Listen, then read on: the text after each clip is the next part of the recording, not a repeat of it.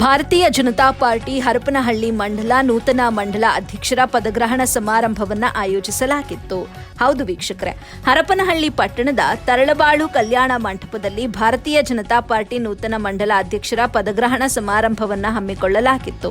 ಜಿಲ್ಲಾಧ್ಯಕ್ಷ ಸಂಜೀವ ರೆಡ್ಡಿಯವರು ಕಾರ್ಯಕ್ರಮದ ಅಧ್ಯಕ್ಷತೆಯನ್ನು ವಹಿಸಿಕೊಂಡಿದ್ದರು. ಜಿ ಕರುಣಾಕರ ರೆಡ್ಡಿ ಮತ್ತು ಬಂಗಾರಿ ಹನುಮಂತಪ್ಪ ಎಸ್ಟಿ ಮೋರ್ಚಾ ರಾಜ್ಯಾಧ್ಯಕ್ಷರು, ಹೊನ್ನಹಳ್ಳಿಯ ಮಾಜಿ ಸಚಿವರು ಎಂಪಿ ರೇಣುಕಾಚಾರ್ಯ, ಚನ್ನಗಿರಿ ಶಾಸಕರು ಮಾಡಾಳ ಮಲ್ಲಿಕಾರ್ಜುನ್, ಹಡಗಲಿ ಶಾಸಕ ಕೃಷ್ಣನಾಯಕ ಮತ್ತು ಸಂಜೀವ ರೆಡ್ಡಿ, ಲೋಕಿಕೆರೆ ನಾಗರಾಜು ಹಾಗೂ ಮಂಡಲ ಅಧ್ಯಕ್ಷರು ಯಡಿಹಳ್ಳಿ ಶೇಖರಪ್ಪ, ದಾವಣಗೆರೆ ಅಜಯ್ ಕುಮಾರ್ ಕಾರ್ಯಕ್ರಮವನ್ನು ಉದ್ಘಾಟಿಸಿದರು.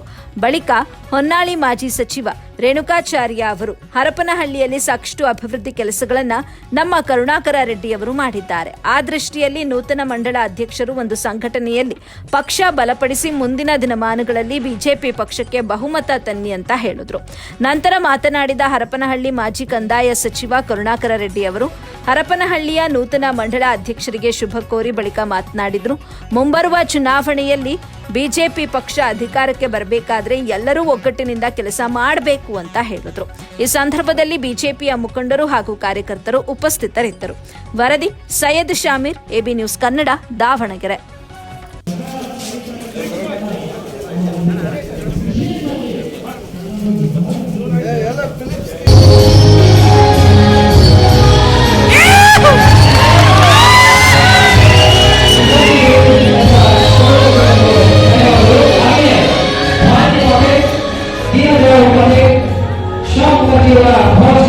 ಪುಷ್ಪಾರ್ಚನೆ ಸಲ್ಲಿಸುವ ಮೂಲಕ ಈ ಕಾರ್ಯಕ್ರಮವನ್ನು ಉದ್ಯುಕ್ತವಾಗಿ ಚಾಲನೆ ನೀಡುವುದಕ್ಕೆ ಸರ್ವ ಮುಖಂಡರು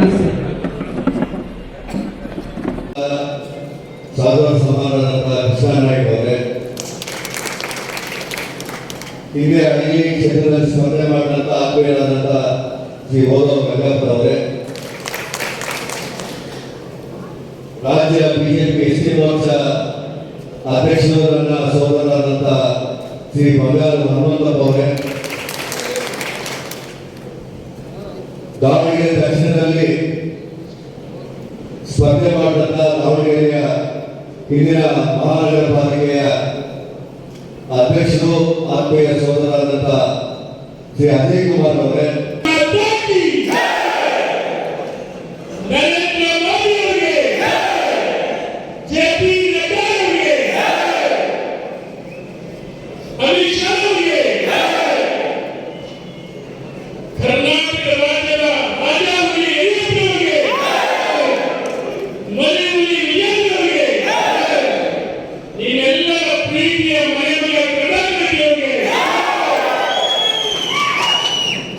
ಈ ಸಮಾರಂಭದ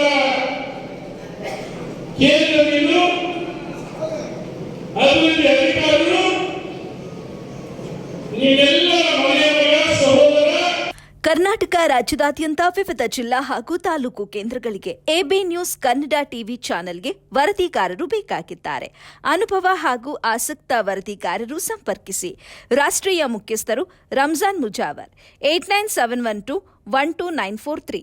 ಕರ್ನಾಟಕ ರಾಜ್ಯ ಮುಖ್ಯಸ್ಥರು ನಲ್ಲೂರು ಮಹಮ್ಮದ್ ಆಸಿಫ್, 9964465953.